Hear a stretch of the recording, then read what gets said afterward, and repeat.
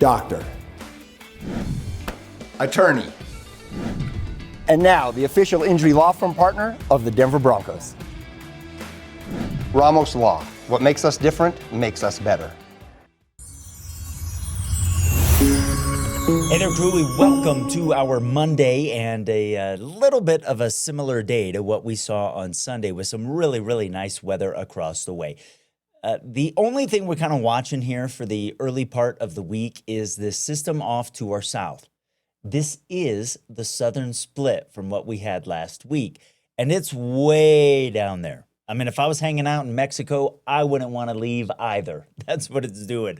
So today, really, really close to what we had yesterday. I've got 70 in the forecast for the Springs, a little bit warmer than yesterday. Lots of areas will get a little bit warmer. So we will see some 80s show up over the eastern plains of Colorado along and south of the Arkansas River. Springs up to Denver looking between about 70 and 75. Couple spots over the spine of the Palmer Divide probably end up a degree or two shyer than 70. And warm over the mountains and valleys as well. A day with a lot of sunshine, a really, really good day to be outside. So Banjo's barometer, he's up to a 9.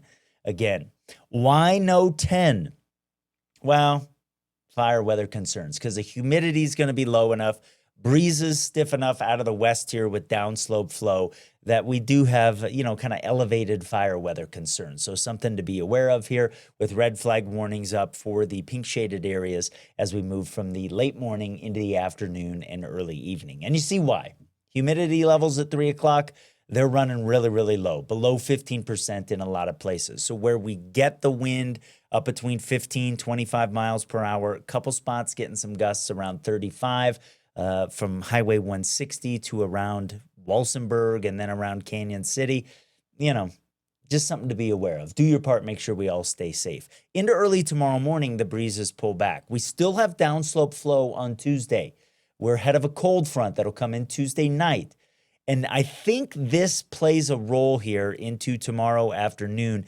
Little bit gustier in a couple spots here over the eastern plains. And that's because we might see some virga out there. That system starts moving from old Mexico into New Mexico, at least the southern parts of New Mexico. Humidity still very, very dry, but there might be a couple raindrops that try to leave some clouds tomorrow. As we get some moisture in the mid-levels of the atmosphere and a touch of instability from that system coming up from the south. Radar might look a little bit more impressive than what Skycast is showing you here. Somebody might catch some sprinkles.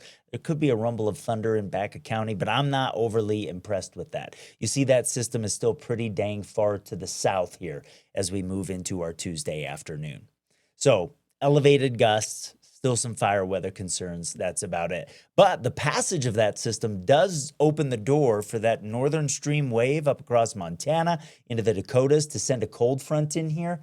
That changes things up in a big way temperature-wise for Wednesday. So tomorrow starts off really, really mild. Tuesday, kind of similar to what we have this morning. Coldest over the mountain valleys, warmest along the eastern slopes. Still around 80 again over the eastern plains. Still around 70 again for the Springs. A really, really warm day. But look at the difference for Wednesday. We'll see some wind Tuesday night, early Wednesday morning as the cooler air comes in. But it's a solid 25-degree temperature drop for Wednesday. Might feel a little bit refreshing out there. Thanks for watching Peaks to Plains Weather. Have a great day.